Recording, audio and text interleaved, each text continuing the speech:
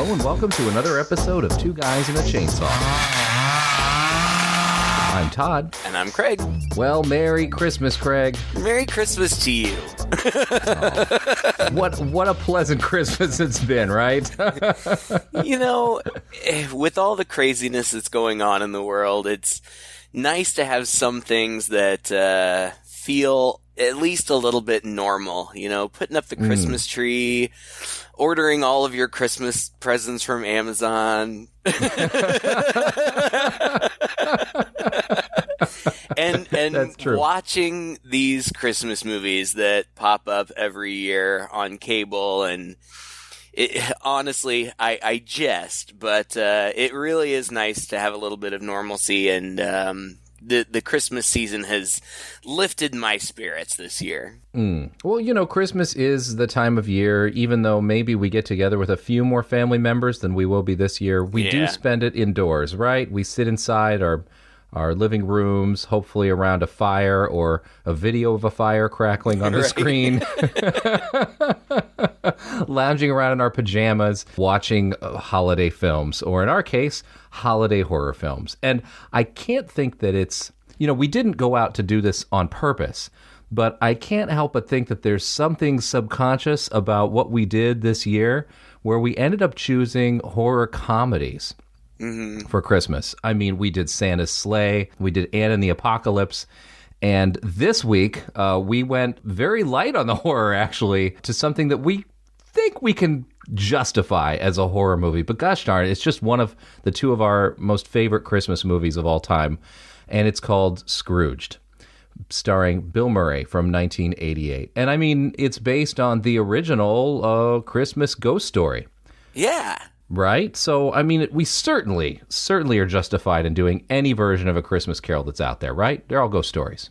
I think so. I tried to talk you into doing this last year, and you're like, I don't know, dude. I don't know if this is really a horror movie. And I, relented and said, all right, you're probably right.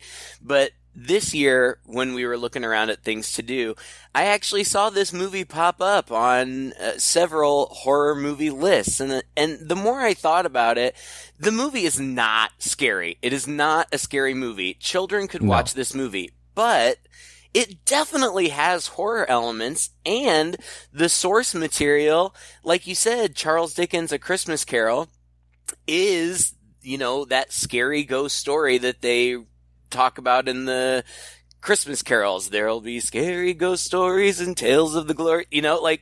This is it. This is the scary ghost story of Christmas. And I love the source material. And, I've read the novella. It's great. I've seen a lot of different adaptations of it, and I've liked, I think, all of them. A Muppets Christmas Carol is lovely. Oh, don't get me started. I'm not a huge Jim Carrey fan, but I thought the Jim Carrey animated adaptation was actually really good. You know what? We love that one. The one that's a little creepy, that's animated using the image movers or whatever that Robert Zemeckis was doing there for a little while. We actually really like that one in our house, and we do watch that a lot. And that one has, some pretty scary elements too, because it also follows closer to the source material, which is a little scarier at moments. The death character, there's a little bit more there. It gets a little more philosophical, and he has a couple characters under his cloak, right? What are they? Sorrow and Pity, or I can't remember what they are. But anyway, and that follows even closer to the source material, and I think ends up a little scarier as a result. This movie is lighter, and like I said, I think this year we seem to be in the mood for lighter horror movies for Christmas time. And so it's really appropriate to do. And Bill Murray, oh God, Bill Murray is just one of my all-time favorite actors, just because he makes everything he's in feel so effortless. Like, he's an improviser by trade. And everyone who's ever worked with him says that, including Richard Donner, who directed this movie, said that the hardest thing about directing Bill Murray is you don't direct him, you basically hold him back. You tell him to pull back, because he will improvise everything. He'll just go off, and a lot of this movie apparently was improvised, and there was a bit of tension between Richard Donner and Bill Murray on this. Bill Murray doesn't actually have fond memories of working on this film. He thought it was a bit of a slog.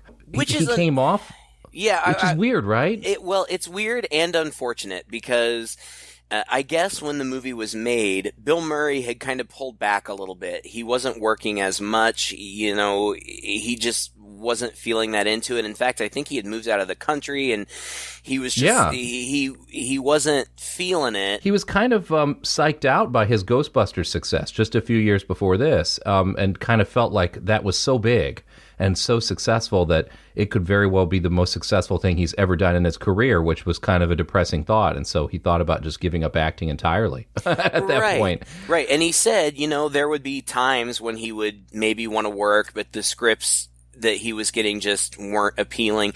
He had been offered this script at least a year or two before they actually made it, and he had turned it down even though he was interested. And so when it came back around again, he decided to do it, but he personally, Murray, wasn't satisfied with the script, so they did a lot of reworking of the script. What Murray says basically is they just ripped it to shreds and started putting pieces back together. He said that they amped up the romantic plot. They fidgeted with some stuff with the family, and when he says the family, I assume they mean his secretary Grace's family, which is an excellent part of this movie. That's why, I have been nervous since we decided to do this about talking about it, because I love everything about it. I feel like no matter what we end up talking about over the next 50 minutes or whatever, I'm going to think back and say, oh my God, I can't believe we didn't talk about that, because, I just love everything about it. But anyway, Murray says that the final product is very different than the original script, and he said that they shot a lot and really fast. They shot it really fast, and they shot a lot of material, and he said tons of it ended up on the cutting room floor, and what we get is kind of a hodgepodge of little bits and pieces of what they were going for. And I think that ultimately Murray wasn't fully satisfied with the final product, but I'm going to disagree with him. And I think that this movie is fantastic. It's one of my favorite Christmas movies. It's one of my favorite movies, end stop. It's hilarious. There are amazing people in it, and it's a sweet redemption story. And more so than in any other movie, I find Bill Murray so captivating and charming in this movie. He has so many levels. He plays the hard-ass businessman who seemingly doesn't care about anybody. He plays that so naturally, and it's so easy to believe. But then there are other moments when you see his vulnerability and his soft side, and his chemistry with Karen Allen, who is his love interest, is so sweet and natural. He just blows me away in this movie. It's my favorite Bill Murray movie by far. Well, yeah, I mean, and he has to carry. He is the movie. Yeah. I mean, the movie centers around him. And I think Eddie Murphy had been considered or offered a position in this role. There was one other actor, I believe, was seriously considered for this, ended up going to Murray, and again, after all the reworking, he agreed to do it. But this was really his first time ever having to carry a film. He was always an ensemble player before this, and so I think that probably made him a bit nervous as well. And they said he has a very workmanlike mentality on the set, even though, he's so beloved now. Like, people laugh about Bill Murray and they joke about him, and he's got goofy stuff he's done and random things that he does in real life, right? And I hear he's a New Yorker through and through. He still lives there, and he'll just go down the street with, whenever he's walking outside, no entourage, no nothing, but he'll have a fistful of dollar bills in his hand, and he'll put one in the cup of every panhandler that he comes across, That's funny. Yet I've also... yeah, go ahead. I think I was going to say the same thing you're getting ready to say. Right. Yeah, yet I've also heard he is kind of a dick to work with at times. And the way he conducts his business is kind of dickish too. I mean, he doesn't have an agent. He has a phone number, and it's attached to like an answering machine. And you can call it. You can be anybody. You can be the biggest producer in the world, and in order to get a hold of him, you got to leave a stupid message on this answering machine and wonder if he's ever going to get back to you. And there are roles, I think it might have been Charlie's Angel, that he kind of basically took last minute and just kind of called and said, yeah, I'm going to accept it. You know, when are you going to start shooting? And then just sort of showed up, did his thing, and then left. And didn't always leave a very good impression on the cast and crew that was working with him. I have heard that personally he's kind of an asshole. And I actually knew somebody in college who was related to him by marriage. Oh. And had met him at a family reunion or something, and they said he was really kind of a dick. He was really aloof. But whatever. Much like many of the characters he plays, I guess, huh? Maybe that's why it works so well. If you look into the history of SNL, like, he was a big dick to Gilda Radner, which is kind of an unforgivable sin to me. Like, she was desperately in love with him, and he kind of dicked her around. But whatever. You know, we all have our moments. Regardless, he's very, very talented, and his talent is on full display in this movie. Absolutely. And much like, you know, the two of us, this movie is beloved now by lots of people. It's very much on television this time of year.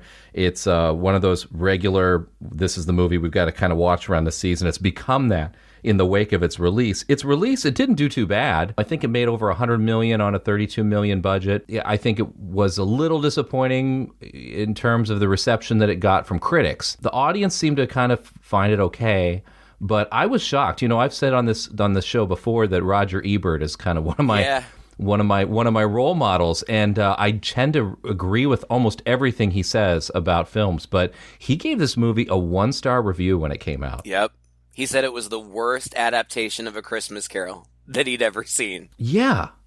Crazy. And he just felt like it was just negative. He said there was like no joy in it. This is a cynical guy who's just humbugging his way through it. How are we supposed to relate to this guy? How are we supposed to find any joy in this movie? I totally disagree, actually. Completely disagree with him. And I don't know if he ever later revised his opinion of this movie, as he often did. Yeah. I couldn't find any evidence of that. It doesn't really matter. Right. What matters is what we have to say about it here and now today. So I mean, where to begin? I mean, where to begin? It's the Christmas. Let's start at the very beginning. It's a very good place to start. It opens up, you know, with this, you know, classic kind of aerial shot shooting through the clouds, and I have to mention right off the bat, so I don't forget to mention, Danny Elfman's score in this movie is amazing. Yes, I love it. Like, from the very beginning, it's very Christmassy but dark Christmassy. It's almost kind of a children's choir sound in the background, but it sets the tone so well.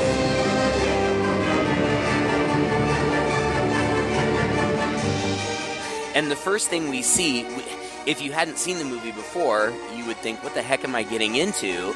Because you don't realize that what it really is a trailer for a movie that this network that Frank Cross, Bill Murray's character, is the president or lead programming guy. I don't know. He's executive at this place. We see a trailer for The Night the Reindeer Died.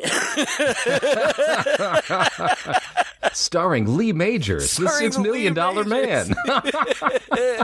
And it's so funny. Like, Santa's workshop is getting attacked by, like, terrorists with machine guns, and the elves and Santa's wives like go to their arsenal of machine guns that are defending the workshop, and then Lee Majors, the $6 million man, shows up, and it's just classic.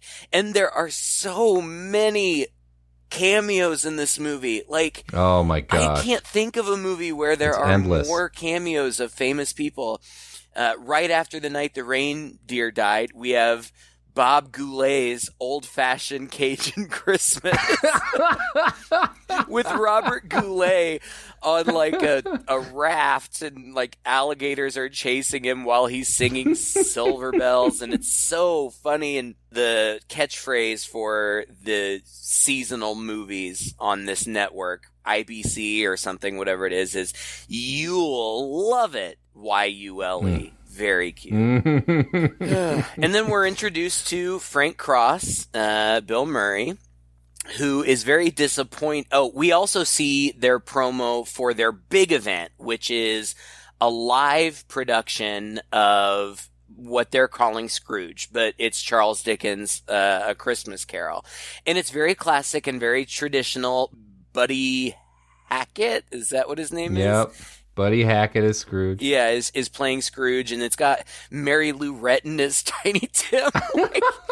And people... The solid gold dancers. The solid gold dancers. If you were to show this to your son in 10 years, he would have no idea who these people were. Oh, yeah. But these names were so ingrained in our consciousness in the 1980s.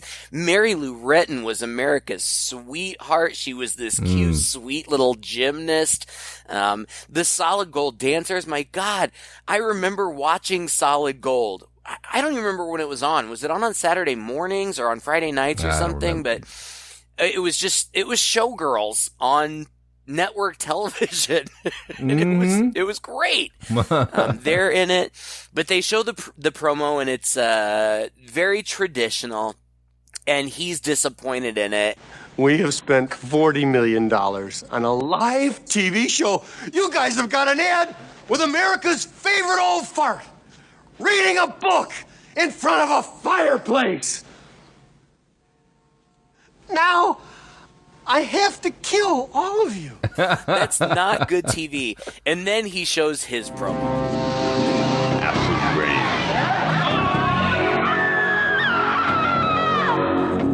Drug addiction. International terrorism. Freeway killers. Now, more than ever, It is important to remember the true meaning of Christmas. Don't miss Charles Dickens' immortal classic, Scrooged. Your life might just depend on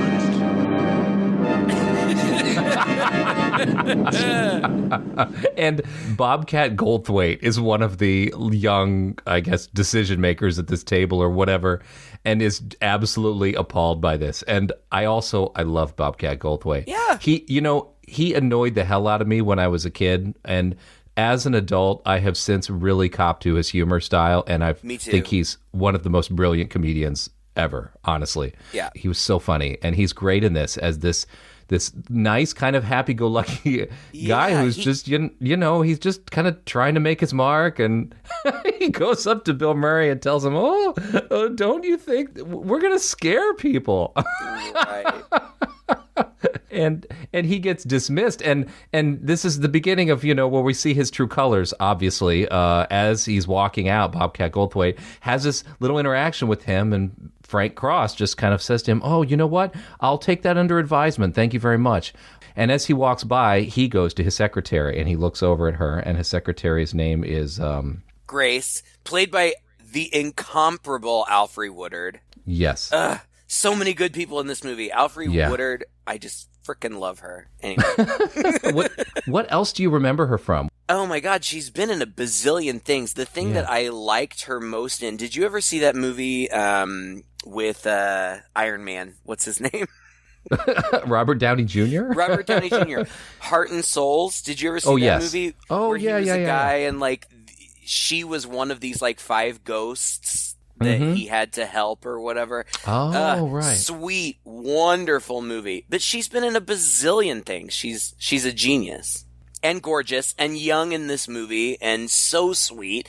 And She this still is a looks great. part. That's the thing that I like about this movie. Her part, I mean, she's the in A Christmas Carol. Like the Bob Cratchit. She's the Bob Cratchit in this movie. And she's perfect. she's poor. This all takes place in Chicago, and I think she lives in one of the poorer areas of Chicago, of which there are many. But she has this big family, and they are barely getting by. They're living in this small apartment. She's got a bunch of kids. Her husband has passed away. Her mother lives with her.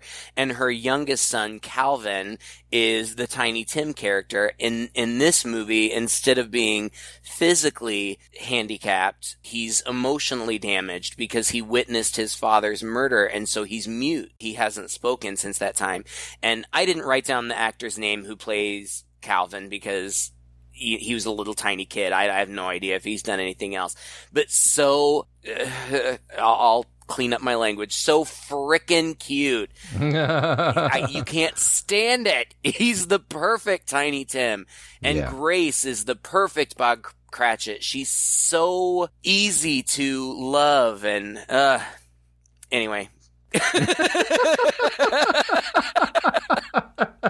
This is how this whole show is going to go for us today, I think. It is. I'm just going to gush over the whole thing.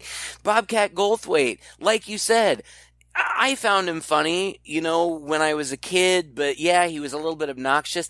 He plays against type in this movie. Usually, he's very loud and aggressive. And in this movie, he's very meek and mild and sweet. He doesn't approach Frank aggressively. He's just like, you can frighten people. Think I'm way off base here? Yes, you're a tad off base, sir. That thing looked like the Manson family Christmas special. Well, it's a little late to get this kind of feedback. That's because, this is the first time I've ever seen it, sir.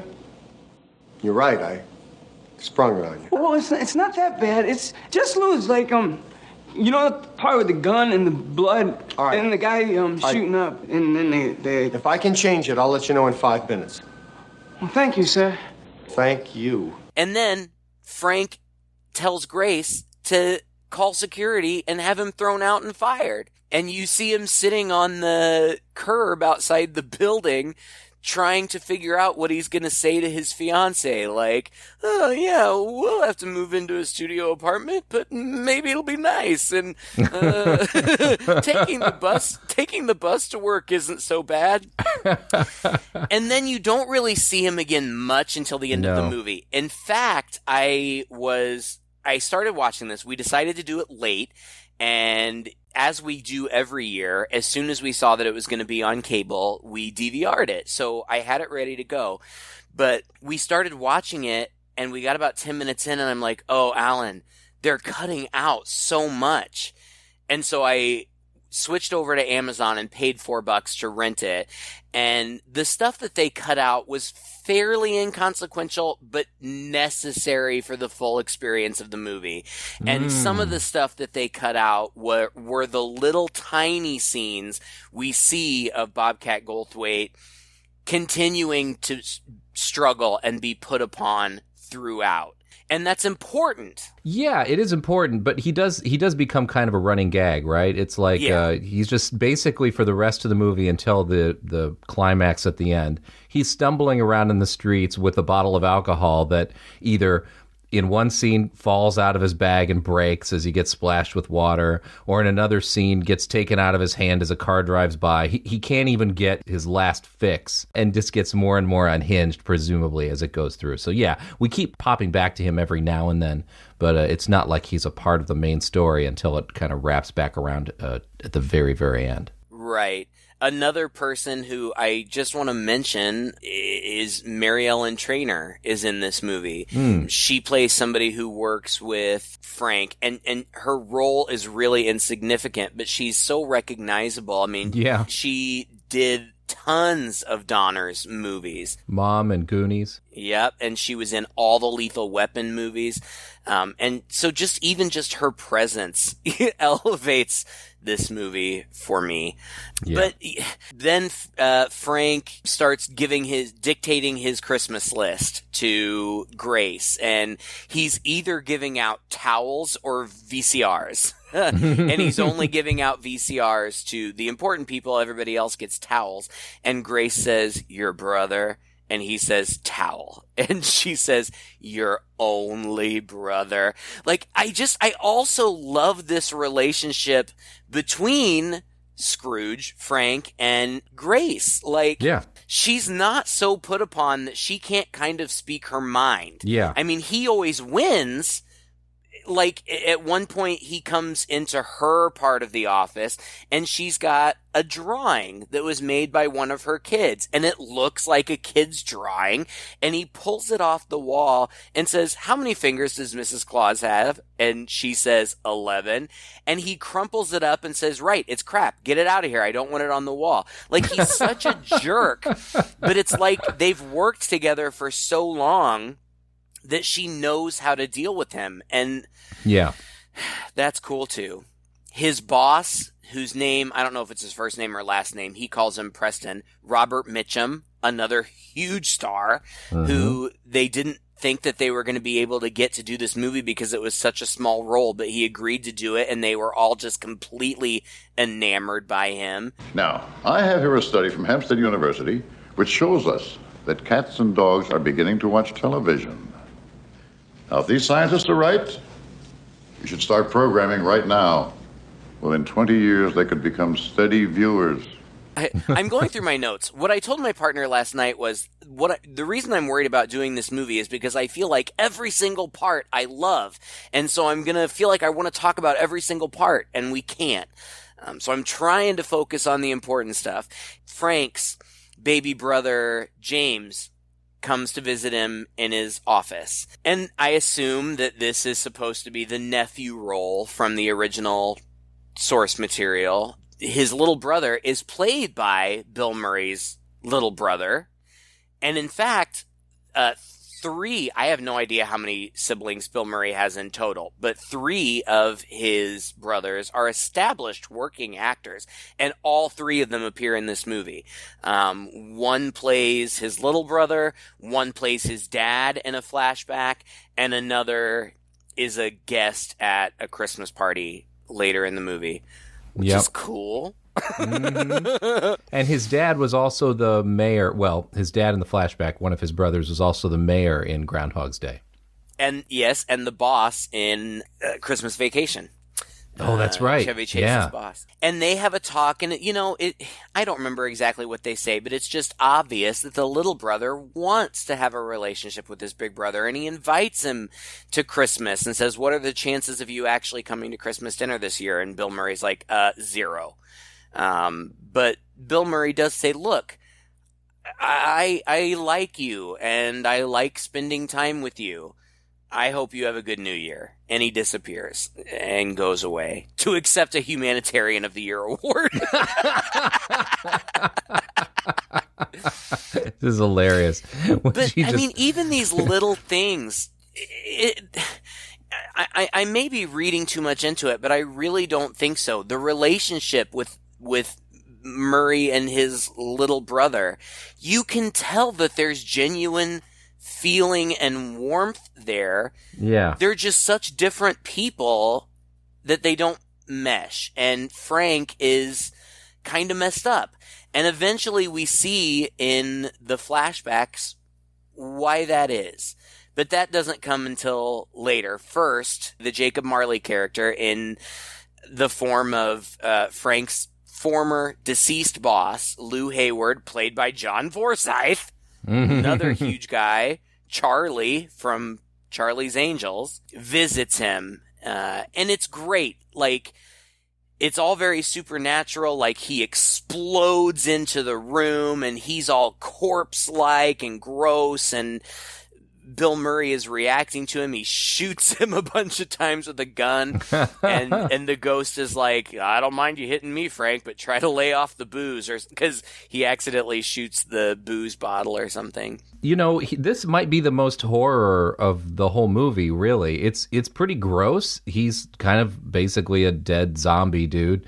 They didn't go the ghost route, which you get with some of these Christmas carols, where, he comes in as a spirit, but he's there almost like a zombie, and there's a gag where, he's drinking. Bill Murray shoots him several times, and, a mouse crawls out of his skull, a golf ball rolls out of his skull, and after he shot him a few times, he's presumably got holes in him. When he drinks the thing, it's like all the water leaks out like a cartoon. But then, he grabs him and he holds him, pushes him magically through the window.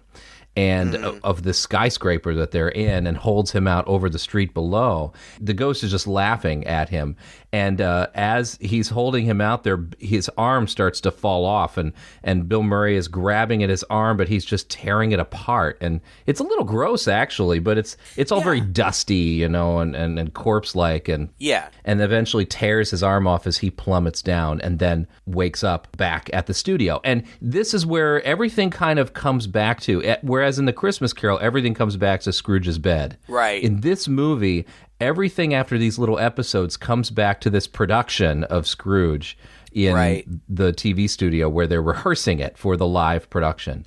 And that's a really clever device. It's really kind of neat because then it allows for some really interesting transitions, where he's suddenly he's there on the set, kind of in the middle of a scene that was very similar to what he just left. And I love that. And it's cool because too, as everybody else kind of sees that he's gradually becoming unhinged, they're all like, oh, you need to take a break. Maybe you should go away. And it gives him a lot of goofy things to do. And then there's another guy too who gets introduced. What the ghost tells him is that at 12 o'clock or 7 o'clock or something tomorrow, you're going to be visited by your first spirit. And he's having lunch with his boss. And his boss is about to give him the news that he's hired somebody else to kind of take over for him for a little while, to help him out more or less as an assistant.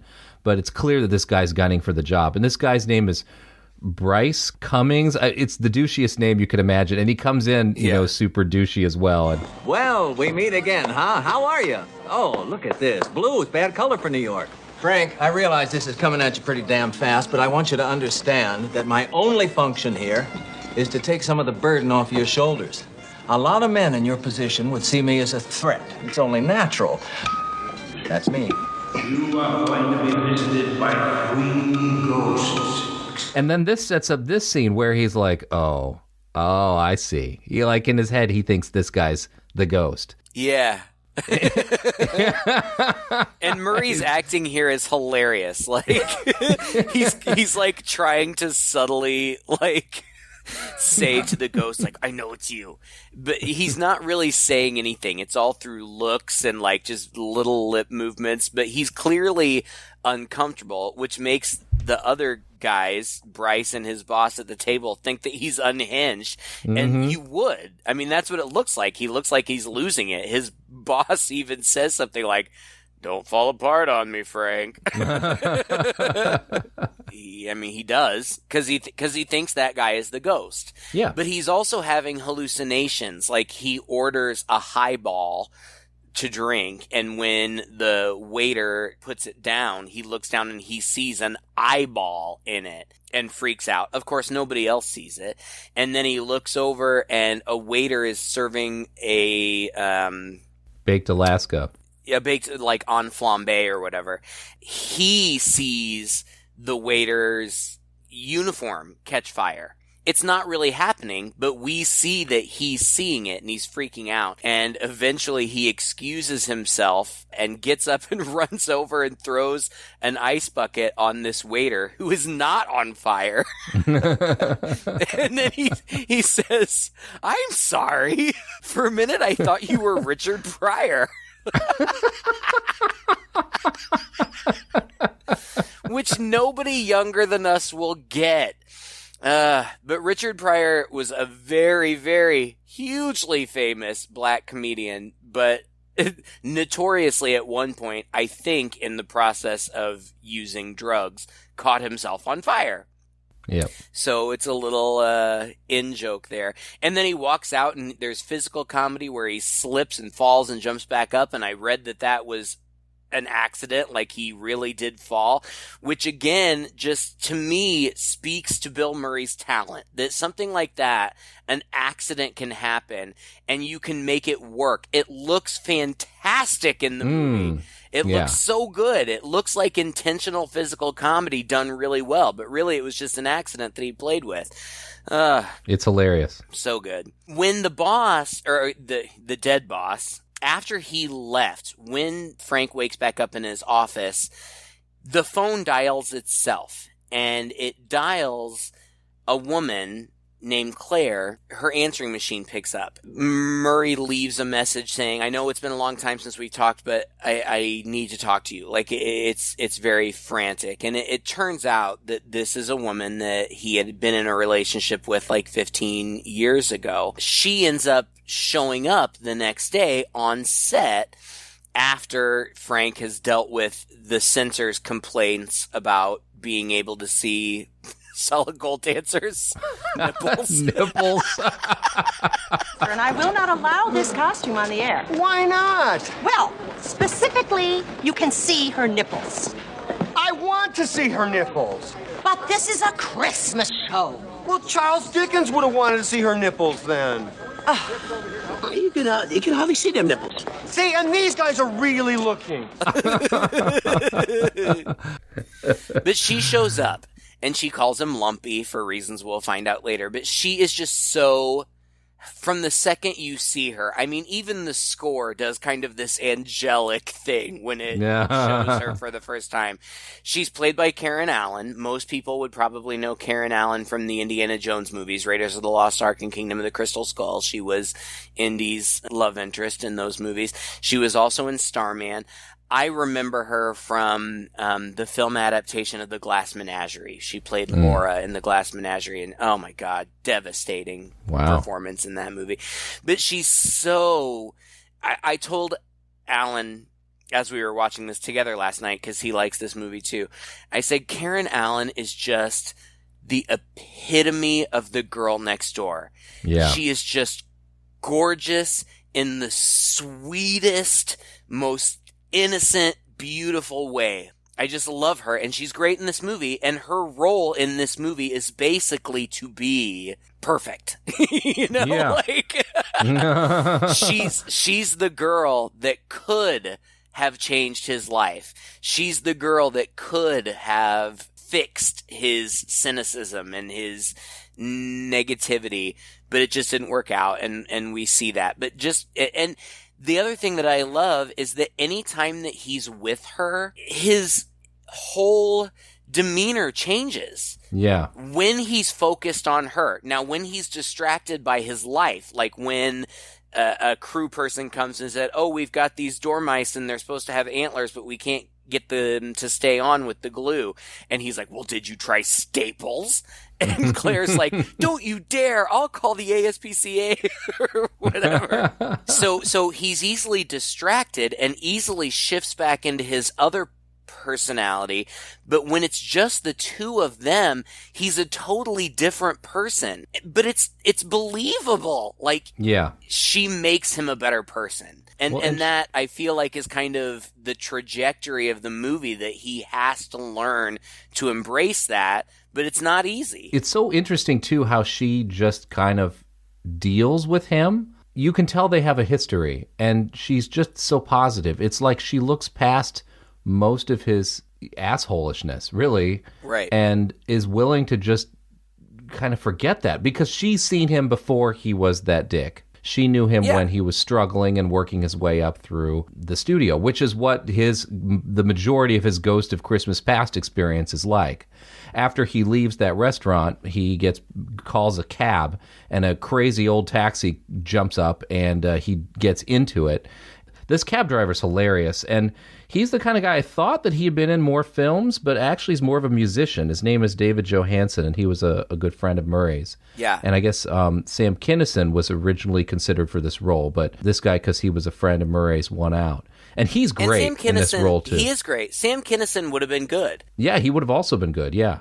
This guy, David Johansen, is really good in the role. And you're right. Like, I know he has been in other things. I've seen him in other things, but I remember him as a musician. He worked with a band whose name escapes me right now, but I remember him as Buster Poindexter, because they, on MTV, his video for Hot, Hot, Hot, how you feeling? Hot, hot, hot. Like, that got played all the time. So I remember him from that and from this. But he's hilarious. And in his taxi cab, much like Back to the Future, they travel back in time and like you see the meter for the taxi rolling back in time. And they go back to the 1950s where you see Frank's childhood. And he's sitting in front of a TV on Christmas, and his mom's there and pregnant with his younger brother, and she's smoking cigarettes. His dad shows up, and apparently his dad's a butcher, and he's like, hey, I got you a present. Again, this is one of Murray's older brothers. And he throws down a package, and cute little Frank, 4-year-old Frank, opens it up, and it's a cut of veal. He's like, but Daddy, I wanted to shoot you. And the dad berates him for being ungrateful, and the mom says, come on, he's only 4. And the dad, this line, I love it so much. All day long, I listen to people give excuses why they can't work. My back hurts, my legs ache. I'm only 4.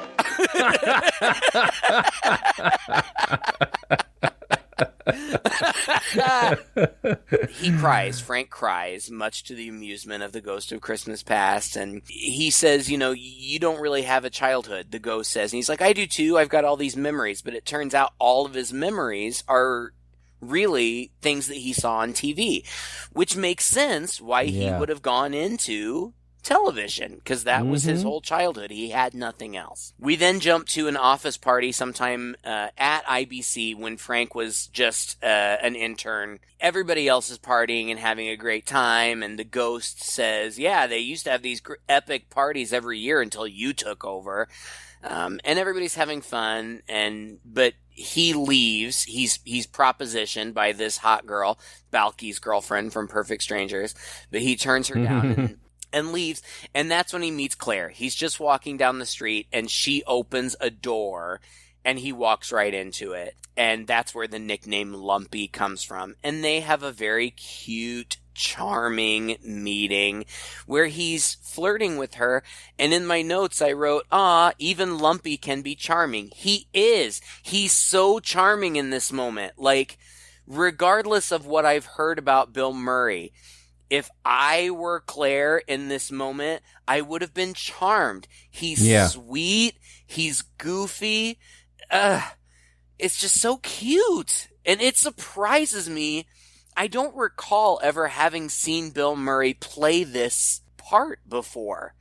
It's very, very endearing. Yeah. Then we get the history of their relationship, which is sweet but ultimately sad. Yeah, I mean they seem to be getting along just fine. They seem to live together in an apartment. They give each other gifts for Christmas, and then he ends up playing this dog in a kids show. So he's in the big dog costume, sweating his way to the top. Everything kind of comes to a head when she comes to visit him at the studio and he's on a quick break. At this very same time, his boss invites him to go out for a dinner, and he's like, this could be my big break. The boss has never invited me out for dinner before, and so you should come with me.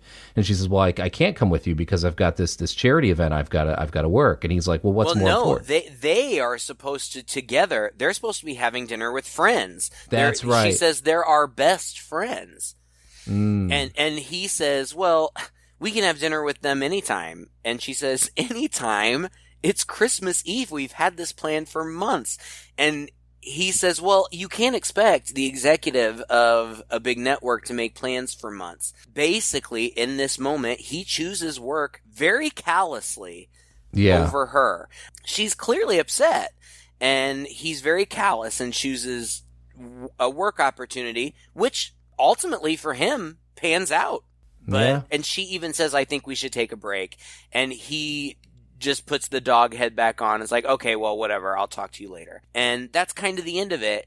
And it's so sad. You see her, he's walking back onto set, and she calls out to him, but he doesn't even look back, and she just says, Merry Christmas. And that's the end. And that's, that was apparently the end of their relationship, which has led him to where he is now. And he claims that, another one of my favorite lines, right after that, he pops, as you said before, back into the studio where the show is rehearsing, and Claire's character in the show, I think her name's Fanny in the book, is saying to Ebenezer, I hope you're happy with the path that you've chosen. And Bill Murray goes up to her and says, well, I am happy with the path I've chosen, you little bitch. Well, Ebenezer, may you be happy with the path that you have chosen.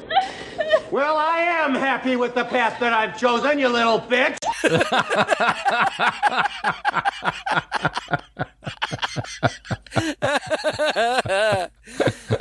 But then he's unhinged again, and he's walking trying to find where she works, and she works at, it's called Operation Reach Out. It's like a homeless shelter. There he runs into some homeless people, all three of them famous, but I didn't look it up at the time. Anne Ramsey is one of them. Anne Ramsey, also from The Goonies, and Deadly Friend. It was like one of our very first episodes.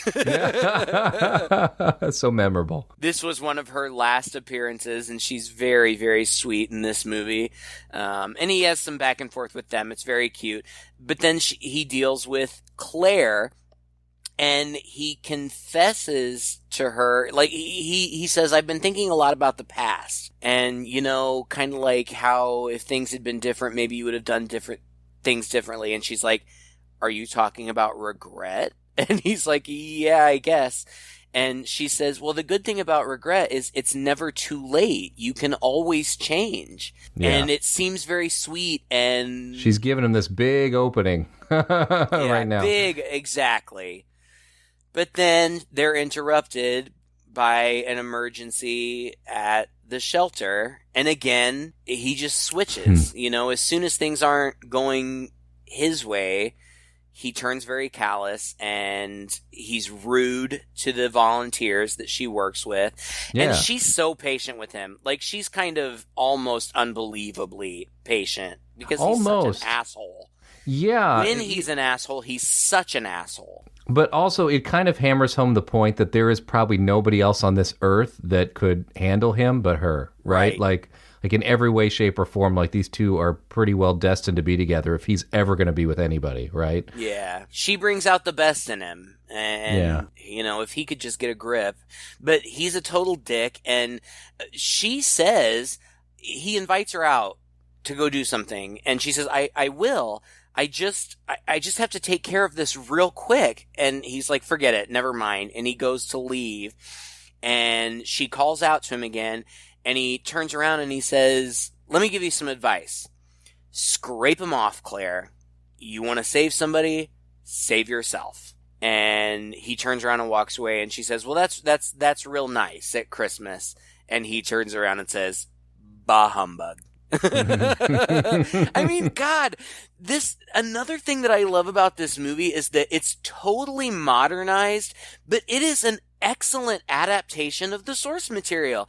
It is. It follows the story so closely. Yeah. I mean, it just adds these modern touches. And it manages to do so in a world where everybody is familiar with this Christmas tale, right? So, like, somehow, even though Frank is fully aware that he's going through this experience, it's still fresh and new and troubles him, you know, and has its emotional impact and effect on him. So it's really clever. I mean, it's a very clever script, I think, in that way. All right, so all the time that we've been talking about this, I've been watching the clock, as I always do, and I realize we're already 50 minutes in, and we've still got a good part of the movie to talk about. So I'm going to go ahead and say Merry Christmas. This is your special extended episode of Two Guys and a Chainsaw. A very special episode of Two Guys and a Chainsaw. Because there's so much that I want to talk about. As he's walking out, as he's leaving Claire and walking out, one of these guys, who I totally recognize, he's been in a million things. Maybe you should look him up real quick. I don't know. But one of the three guys that he had made a connection with, these homeless people, one of them asks him for $2 so that he can have some place to stay. And Frank brushes him off and goes away. And I bring it up because it comes up again later. But then there's a scene with Frank and Bryce where Frank tells Bryce that, you know, he's the one in charge, and Bryce is just a dick throughout and is totally condescending, blah, blah, whatever. but everybody leaves the set and all of the lights go out, and then the ghost of Christmas Present arrives. And this scene is one of my, and maybe I'm hyperbolic and maybe I say this too often, but this may be one of my favorite scenes in any movie ever. Oh my God. So I know what you're talking about, right? You're talking about Carol Kane's performance. Yes! As the Ghost of Christmas Present, yes, who basically is a ball breaker. Oh, she comes in and she puts up a thing. It's called the Ball Breaker Suite, and she's got a tutu on, and she's running around as a fairy, and cannot stop kicking Bill Murray's ass throughout this entire thing. She's punching him in the face. She's kicking him in the balls. She's slapping him. She's pulling his lip. I guess one time she pulled his lip, and she actually pretty much hit him for all of these, so they claim, to the point where she was a little troubled by it and was crying on set from having to beat him up. And she busted his lip, and they had to, couldn't film with him for a few days while that healed. Yeah, there's a part where she grabs his lip and pulls it, and that little connective tissue ripped, and they had to halt production. It's so, I think this is funny. I understand this is funny. This kind of humor does not really appeal to me, and so this is actually this is where we're going to diverge here.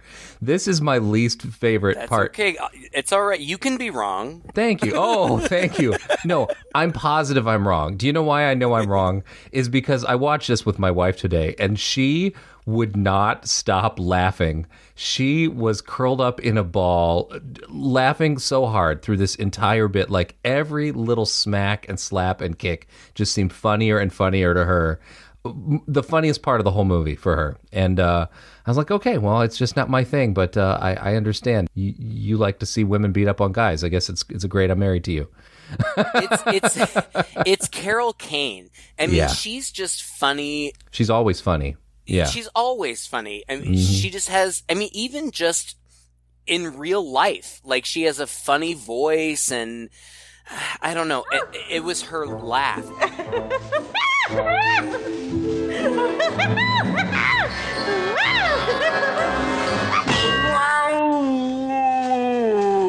Hello, Frank. I'm the Ghost of Christmas Present. I had a funny feeling. Why did you do that?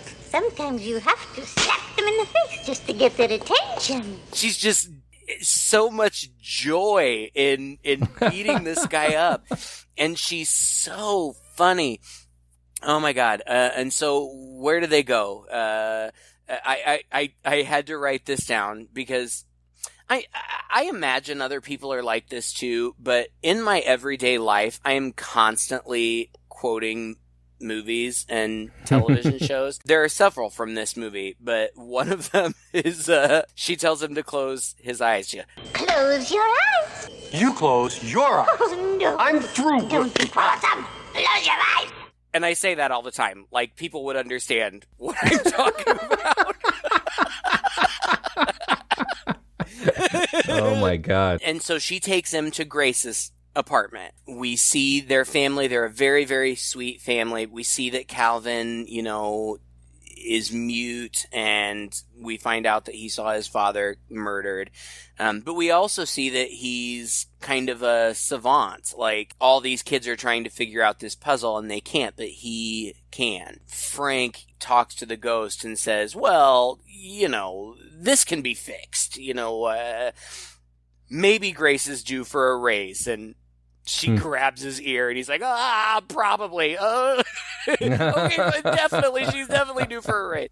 And then it goes to his brother's house, where we meet his wife, Wendy, who I didn't write her name down, but she's very recognizable too. She was in lots of TV shows. She was in Hot in Cleveland. She was in a show on HBO, a dirty show on HBO called Dream On in the 90s. Oh, yeah.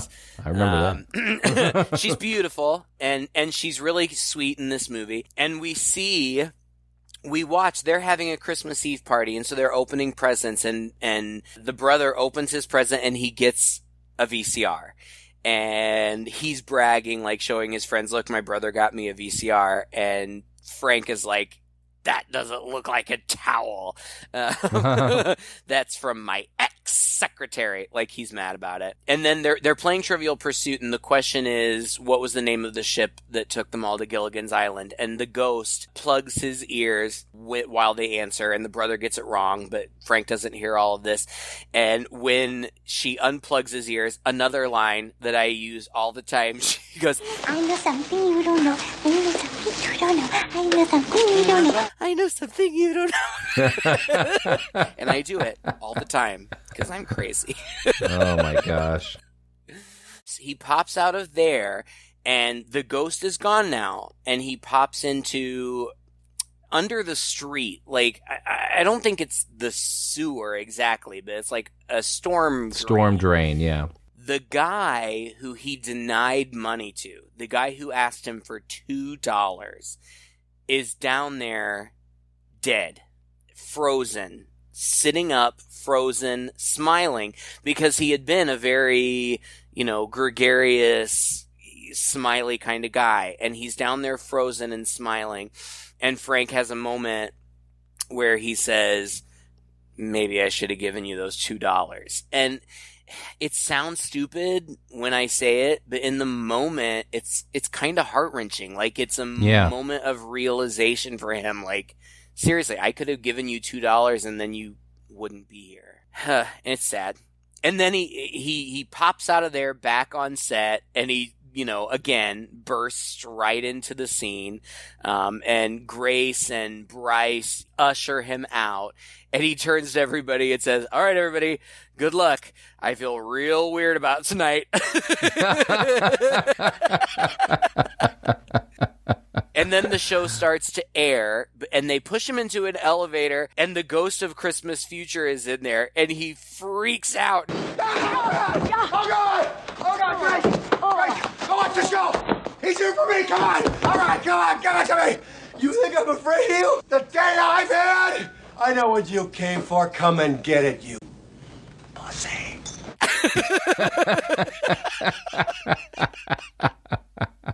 Oh, it just cracked me up. It turns out that it was just the actor who's playing the Ghost of Christmas Future in the movie. It's so funny. That's such a great fake out moment. That is hilarious. But then he goes up to his office, and then the real ghost arrives. And I found this part, if any part was at all scary, I found this part a little scary.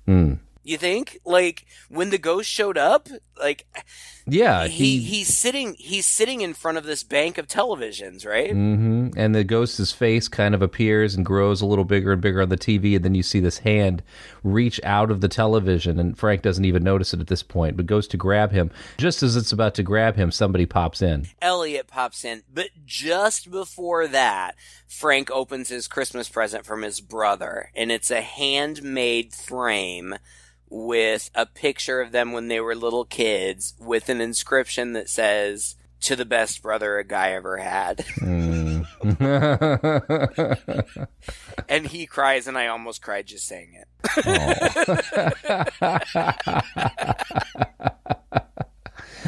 Yeah, Elliot bursts in the room. He's gone postal, basically, and he's got a shotgun. And this is the moment where he goes crazy, and he's chasing Frank through the offices and trying to shoot him and kill him. Frank is dodging and running around. And yeah, it's a pretty tense scene. It really was just the appearance of that last ghost. Like, the bank of televisions behind Frank is every individual television is showing the arrival of the Ghost of Christmas Future on the special. But then you see from the whole bank, from the very bottom, the real Ghost of Christmas Future, which is more grotesque than the television one. A little more gruesome. Not a lot. I mean, it's not super gory or anything. Not much different. It comes in from the bottom of the screen, and it just kind of takes over all of the screens in what was probably a pretty easy effect, but it looks supernatural. Yeah. Elliot chases Frank around, and Frank ends up in the elevator with the real Ghost of Christmas Future, who he at first thinks is the actor, until the ghost opens up his robe to show what you had mentioned before. In the original story, the ghost of Christmas Future has these children. I think in the original there's only 2, but I don't remember. Gross, disgusting children underneath. And they're like hunger and poverty or something like that. I don't remember. It's social commentary in the original, but the ghost opens up his robe and these yucky puppet things are like reaching out and screaming through his rib cage. Again, not scary, but still fun, practical, puppety effects. I like it. I think it looks great. Oh, it does. And the ghost has like a television screen for a face, and it's all kind of flashing, and he visits the future exclusively through this elevator, which I also thought was really kind of a cool device, that this elevator takes him to different periods in time. Yeah. And the first scene that he visits is Calvin, Grace's son, in a padded room somewhere, and Grace visiting him and being told she has to leave even though she only just got there. And she says, you know, "Merry Christmas, Calvin, I'll see ya." And she leaves him alone. And then Calvin looks up as though he can see Frank and looks him right in the eyes. And Frank turns around and he's like, "This is just the possible future, right? Like, I can fix this. You know, I know the lead doctors at whatever hospital or whatever. I can fix it." He's still trying to talk himself out of, "This is my fault." Then it cuts to a scene of Claire eating restaurant in a fancy restaurant, and she looks totally different. She's totally done up in these fancy clothes and overly dramatic makeup, and she's sitting there with, you know, fancy ladies, and there are homeless kids outside, and she says something critical about them, and one of the other ladies says, "Oh, come on, Claire, it's Christmas." And she says, "I wasted 20 years of my life on pathetic little creatures like those. Finally, thank God, a friend of mine said to me, 'Scrape them off, Claire. You want to save somebody. Save yourself.'" And she cries as she says it. Like, again, I just love Karen Allen's performance because she plays against the character that she had been playing, but just in that moment you see she knows what she's become. It's such a subtle moment, but it just works so well. And then just like in the original, in the book, not exactly, but same scene, Frank arrives at a cremation, and there's a casket getting ready to be put into the fire. Wendy, the brother's wife, is standing beside it. So he thinks that his brother is being cremated, and he feels terrible, and he's thinking about how he can change that. But then his brother joins his wife. And so Frank walks up to the coffin and sees that it's him. And they start pushing the coffin into the fire, and he is trying to hold it back, and he's pleading with his brother to help him. And just the things that he's saying, like, "Please don't let them hurt me, Jimmy."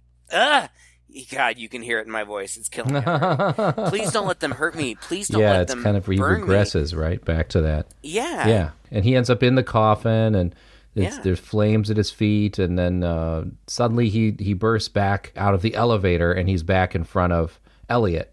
But this is that moment. This is that moment when Scrooge wakes up, and he's a completely changed man. He starts dancing around, so he kind of grabs Elliot, and they're like almost literally dancing around. And Elliot's just completely flabbergasted by the whole thing, and he offers him a high-level executive position and all this stuff. Offers him his office. Yeah. He's like, do you want an office up here? And he's kind of like, "Oh, no, actually." Yeah, I don't like your office. Kisses him on the mouth. Oh, it's hilarious. And then the rest of it, this is the Scrooge thing, you know. He runs out and into the production and interrupts the production of the show right at the point where Buddy Hackett as, Ebenezer Scrooge is flipping a coin down to the boy to get him the Christmas goose or whatever. The end of this movie is another thing that gets criticized, I think, a little bit, or at least was at the time, especially by Roger Ebert. It's kind of long. It is. I was so surprised because I love it. I love this last monologue, but I was surprised when I looked at the timestamp that there was like 10 or more minutes left.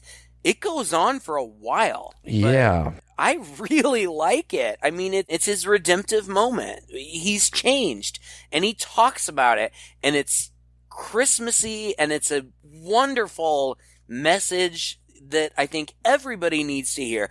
Of course, we're not all Scrooges, but we could all be more appreciative of the things that we have in our life. We could all be nicer. We could all be more patient.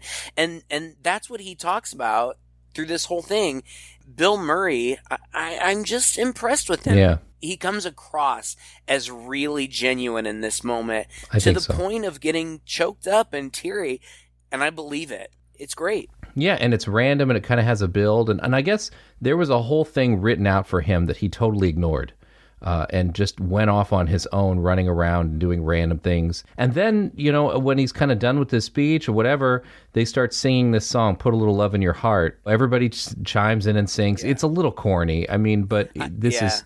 it's a Christmas movie. They tend to be corny like this. It's true. It is a little corny, but I don't care. I love it. But no. I can't let this go. We're only going to ever get to talk about this movie one time.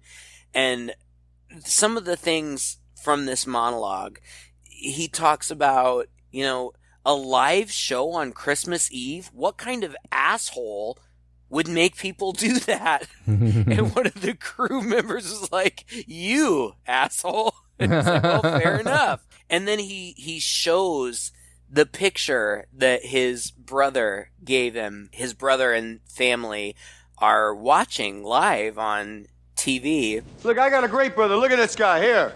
My brother James. Look how cute he was back then. Oh, look how smart. He's a lot bigger now. And look at me with the ears, the taxi driving down the street with the doors open. Thank God my hair grew in, huh? Yeah. Not yet. I got this for Christmas today from him. I gave him a towel. The VCR is from Grace, James. It's cool. He's copping up to his bad ways. Yeah, he's admitting that. And then there's a bunch of silly stuff. Like, I don't know, he takes a baby from one of the cast members and pretends to drop it, and it's just a prop baby. And there's a mistletoe gag with one of the solid gold dancers. He kisses one of the solid gold dancers. Meanwhile, Elliot's in the control booth, like, shooting it up, and Richard Donner is an extra in that scene, and he ends it after he kisses the solid gold dancer. He says, oh, that was a good kiss. It was really good, but it wasn't great. There's really only been one great. And he calls out to Claire and basically begs her for one last chance. And so she is watching too from her charity place. So she runs out to catch a cab, and it's the ghost cab driver, and she says, can you get me to this building, whatever, in 3 minutes? And he's like, which floor? So then everybody in the studios is singing Christmas carols. It's really fun and sentimental and nice, and he has this monologue. I'm not crazy. It's Christmas Eve. It's the one night of the year when we all act a little nicer. We smile a little easier. We share a little more. For a couple of hours out of the whole year, we are the people that we always hoped we would be. It's a miracle. It's really a sort of a miracle because it happens every Christmas Eve. And if you waste that miracle, you're going to burn for it. I know what I'm talking about. At the end of his monologue, Calvin, Grace's son, tugs on his coat, and he picks him up and says, did you have something to say, little man, or something like that? And Calvin says, God bless us, everyone. And, the kid has been mute, so it's a big deal. And his mom, Alfre Woodard, is overjoyed and comes and grabs him. And then Claire shows up and they embrace. And It's just so sweet. And then what you said, the piano starts playing and Alfre Woodard leads, everybody singing Put a Little Love in Your Heart, which is a great song anyway. And you see everybody all over the city or nation, I don't know, singing and coming together. Bill Murray, riffs over the end, talking to the theater audience, like telling different sections to sing and calling them out. And that's where it ends. And for a silly horror comedy, this is one of the most heartwarming Christmas movies. I can't say enough. I just love it. It's one of my favorite movies, period. The end. Thank you for listening to another episode of Two Guys. I know, I'm sorry. No, I couldn't help it. I knew it. I knew that I would talk and talk and talk, but I don't regret it. I've wanted to talk about this movie for a long time, and we're only going to get to do it one time, and I had to say what I wanted to say, and I got through it barely without crying. Oh my gosh. Well, I'm just glad we finally got this out of the way. No, I love this movie too. It's fantastic. It stood this test of time. I really feel like it has, and we always fire it up at least once a year. I can't say anything more than what you said, Craig. I highly recommend, if you haven't seen this movie yet, or you haven't seen it in a long time, it's just what you need right now. And Merry Christmas to everybody. Merry Christmas. Thank you for being listeners all through the year. We've got a lot more coming. No COVID's going to keep us down. That's right. And if you enjoyed this podcast, please share it with a friend. You can find us online, as you well know. We'll go to twoguys.red40net.com, leave us a message. Go to our YouTube channel, subscribe to us there, leave us a message there as well. Until next time, I'm Todd. And I'm Craig. With Two Guys and a Chainsaw.